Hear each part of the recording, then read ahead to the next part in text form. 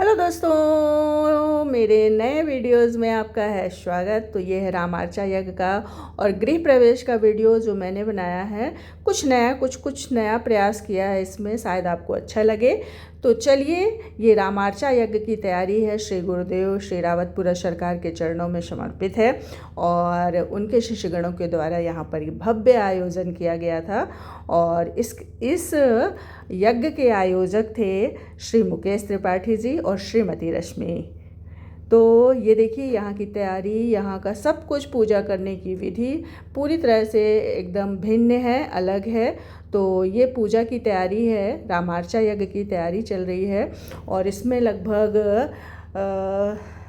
बहुत सारे जोड़े बैठे हुए हैं। सब अपने अपने स्थान पर बैठ गए हैं। पूजा का प्रत्येक स्थल जहाँ पर बैठना है वहाँ पर पूरी व्यवस्था की गई है और जिस चीज़ से हमको अर्चन करना है वो वहाँ पर रखा गया। ये है राजराजेश्वरी माता की पूजा और ये उनका स्थान है। बहुत सुंदर रंगोली बनाई गई है, पूजा की पूरी व्यवस्था की गई है।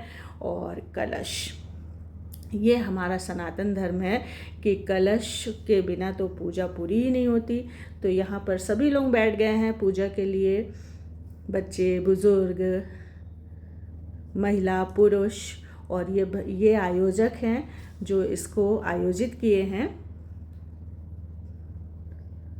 बहुत सुंदर मंत्रोच्चारण के साथ पूजा संपन्न हो रही है और बहुत ही मन को शांत करने वाला यहाँ पर वातावरण है। मन बहुत प्रसन्नचित्त है यहाँ पर और इस यज्ञ में शामिल होकर ऐसा लगता है कि हम गुरु जी के सीधे चरणों में ही हैं। यह है प्रधान पीठ जहाँ पर माँ का भव्य आयोजन पूजन हो रहा है। कलश स्थापना,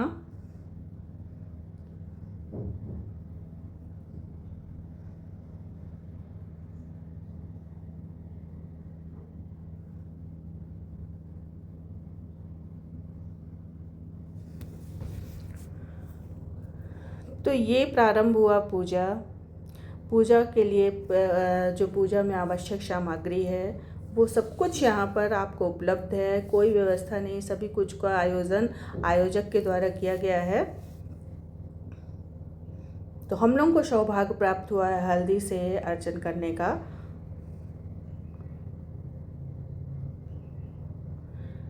इस भव्य आयोजन को आयोजित करने वालों के ऊपर हमेशा श्री महालक्ष्मी जी का और गुरुदेव का आशीर्वाद बना रहे।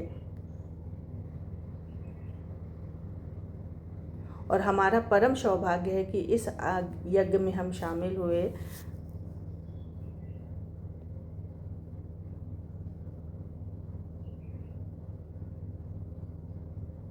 आरती,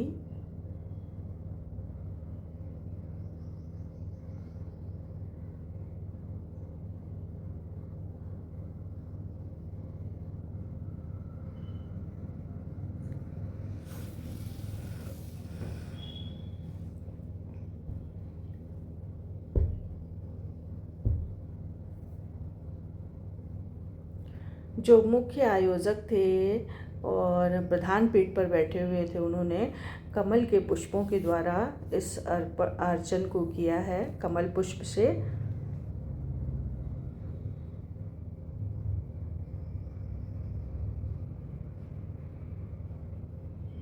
यहाँ पर अर्चन को करने के लिए विभिन्न प्रकार की सामग्री थी, जिसमें हल्दी, केला, पान, बताशे, कमल पुष्प।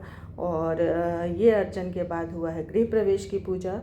तो गृह प्रवेश की पूजा भी बहुत भव्य हुई, बहुत ही अच्छा लगा। और कन्या